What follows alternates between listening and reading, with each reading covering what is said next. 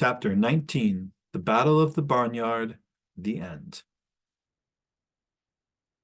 At the instant when the foxes broke from cover, while they were still in the act of turning to face the ladder, the air above and around them became thick with swooping, diving, flapping fowls, dozens and dozens of them, all yelling at the tops of their voices what had been a warning and was now a battle cry.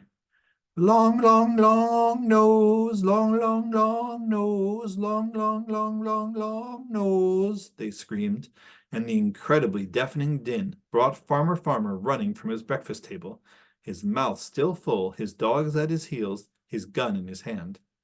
The foxes, completely surprised by the confusion of noise and beating wings, and by the pecks and scratches which some of the boldest birds delivered as they swooped over them, leapt and twirled and stood upon their hind legs to snarl and snap and chop at their attackers. Several of the flock fell into the dust of the yard to kick and choke and flap their last, but still a great cloud of them shouted and beat their wings in the very faces of the raiders, penning them together not far from the mouth of the passage. After perhaps a minute of this pandemonium, one of the foxes suddenly broke free and, leaving the others to fight the fowls, sprinted for the foot of the 32-rung ladder. He, for it was one of the dog foxes, reached it and began, nimbly, to climb, those hours of practice in the old rat-ridden shed showing value at last. In the 5 seconds that it took him to reach halfway, the watchers of the command post realized with a cold thrill of horror, first, that foxes could climb ladders, and second, that the mothers and babies on the top of the hay bales were in terrible, mortal danger. But even as they watched, dumbstruck, they saw a shape launch itself from the roof of the barn and cut down on flashing wings toward the fox, now only 3 rungs from the top. They saw the pullet, Simms, bank sharply and release her egg with maximum velocity, and then suddenly, dramatically, just as his head reached the level of the top of the stack, the long-nose threw up his paws, somersaulted backward off the ladder, and crashed to the floor of the yard. Simms had in fact judged her run quite perfectly, and in an instant after she had swept over the back of the climbing fox, her egg had taken him full in the ribs, an egg as hard as a granite pebble from the seashore, an egg which, when they later found and examined it, had not even a hairline crack upon its smooth brown surface. The greenhouse and the grit had done their work. Before the fox could recover senses dazed by the blow, and by the heavy fall, his prostrate shape disappeared beneath a cloud of fowls, a picked bunch of big hook-beak sharp-spurred roosters that Massey Harris had kept in reserve for just such a moment. And so, beneath their tearing, pecking, slashing fury, the first fox died. By now the second of the 4 raiders, a vixen, had broken free of the harassing ring. In the general scrimmage she had seen nothing of the fate of her brother, and she too dashed for the foot of the ladder. Jeffries was already airborne, hovering 40 feet above the roof of the Dutch barn, and as the vixen began to climb, Jeffries swooped vertically down upon her, so that it seemed to the watchers that the two must meet head-on. At the last instant the pullet leveled off, and they could see her beak open in the triumph shout, "Egg gone!" Simultaneously, her missile struck the climbing vixen full on that long nose that was for the flock the symbol of all they hated most about their enemies. The beast lost her footing and cartwheeled away to the ground to rise, stagger, and fall again beneath the blood-stained beaks and talons of the mob. Bird after bird flew from all points to join in the frenzied jabbing over the 2 fallen enemies in a mad lust for revenge. A revenge not simply for the massacre in the fruit pen, but for all the dead who had fallen over the years. At last, even the harassing ring left the 2 remaining foxes and flew to join the avengers.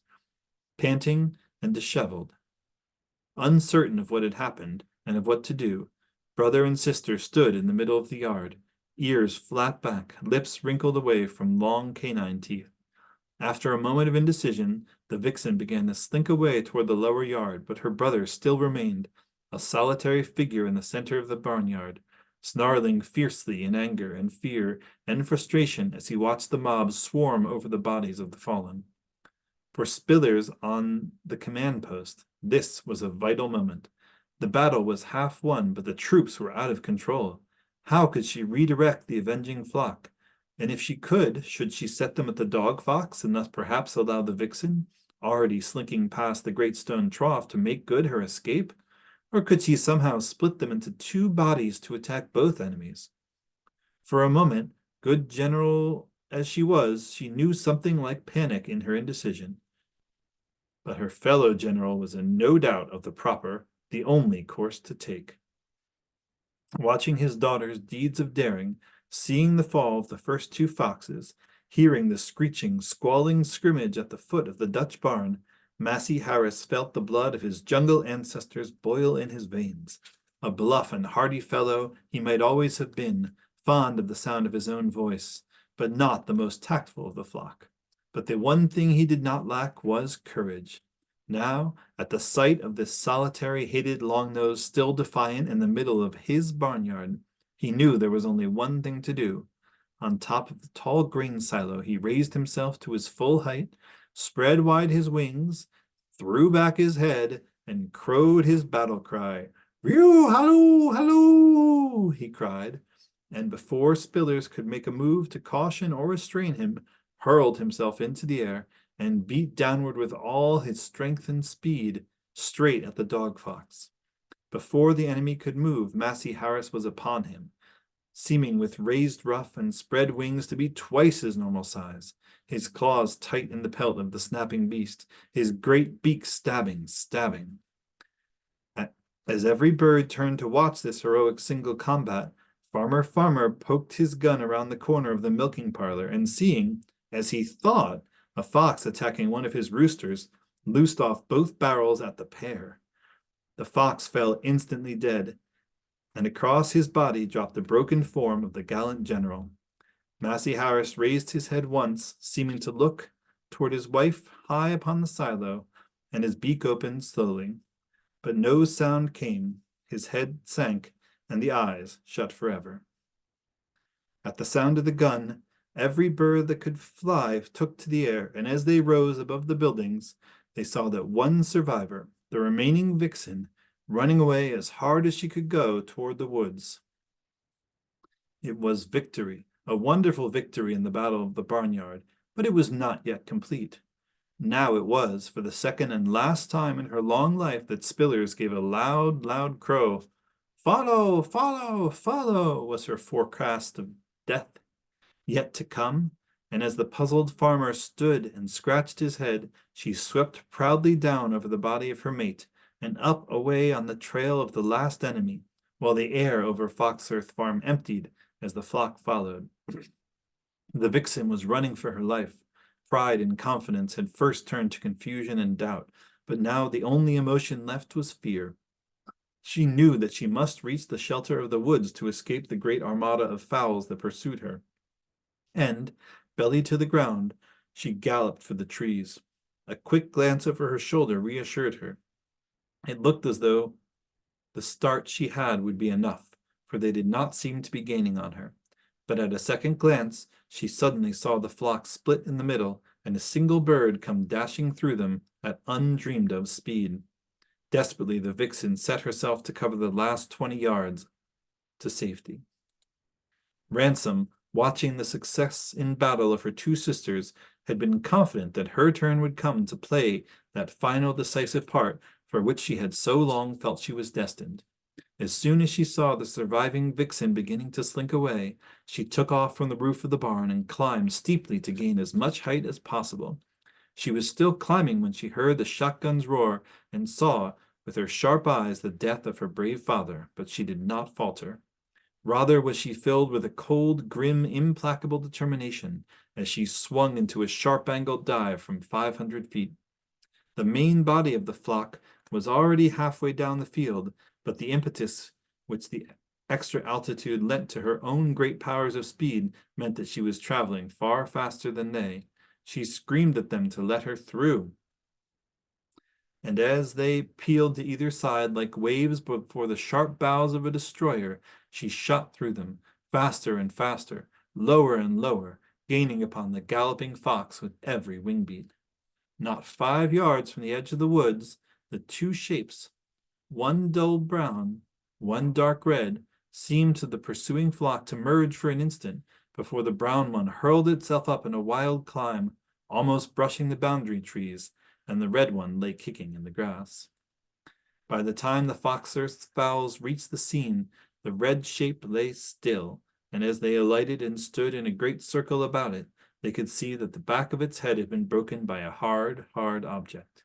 Flanked by her son, Spillers looked in silence at the dead fox. Wouldn't father have been proud, said Ikki, standing at the right wing, and his 8 bold brothers and sisters. Proud, proud, proud. At last Spillers spoke. Look, she said to the family and flock. Look up there. High above them, as the brown shape had been joined by the 2 others, high above them, the brown shape had been joined by 2 others. As the 3 brown shapes flew in line abreast over the watchers, each right wing dropped, each left wing lifted, and over they went together in the victory roll. All 4 foxes were busted.